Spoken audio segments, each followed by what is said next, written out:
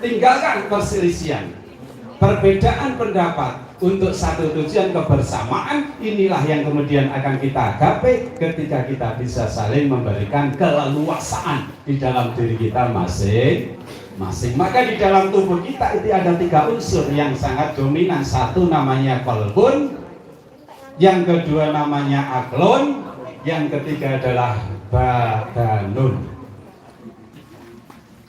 Ada bahasa yang mengatakan aid, ego, dan super ego.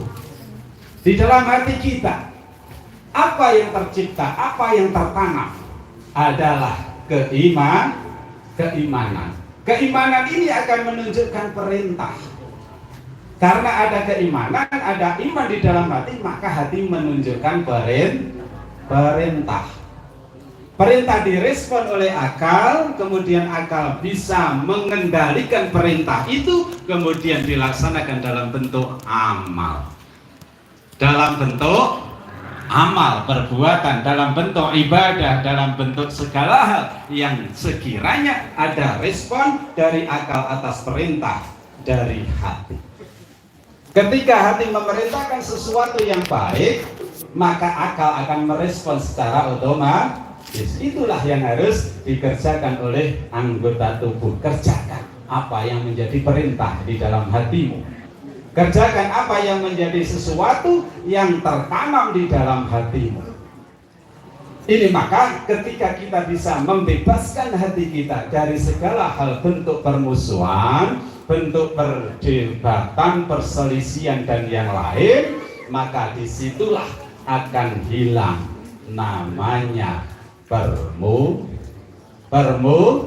permusuhan. Permusuhan jangan dibuat, karena permusuhan, perbedaan pendapat itu akan muncul secara otomatis, secara tidak kita sengaja akan muncul itu. Maka sebagaimana dikatakan oleh Imam Ibnu Athaillah As-Sakandari, ya, min alamatil iktimadi nuqsanur rojai inda wujudi zalali. Sebagian tanda-tanda ketergantungan kita kepada Allah Subhanahu wa ta'ala,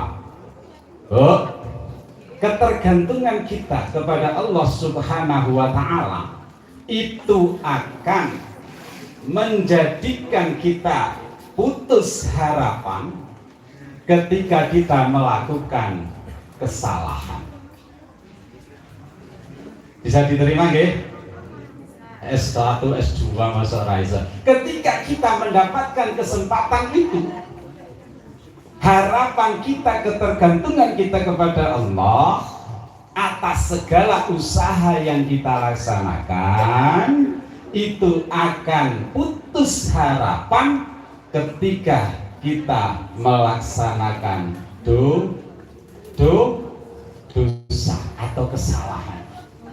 Gampil, ketika ada perintah, ada instruksi dari atasan kita untuk melaksanakan sesuatu, tetapi kita lalai, kita mengabaikan, maka resiko yang harus diterima apa? Satu, mungkin teguran. Yang kedua mungkin di SP. Yang ketiga mungkin pindah fungsi dan pindah tempat dari kedudukan semula, dipindah karena apa? Tidak mendengarkan dan melaksanakan instruksi. Itu yang terjadi. Maka ketika itu kesalahan muncul, maka harapan kula jenengan sami akan tipis.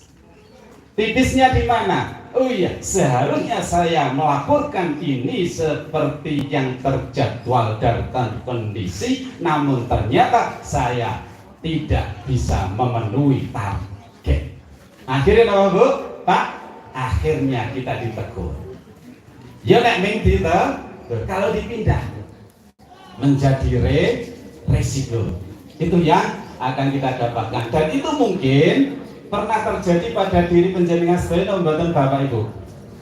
Pernah terjadi hal yang seperti itu? Tidak nggih? Tidak. Yang penting adalah komitmen untuk sesuatu hal, maka di dalam psikologi jiwa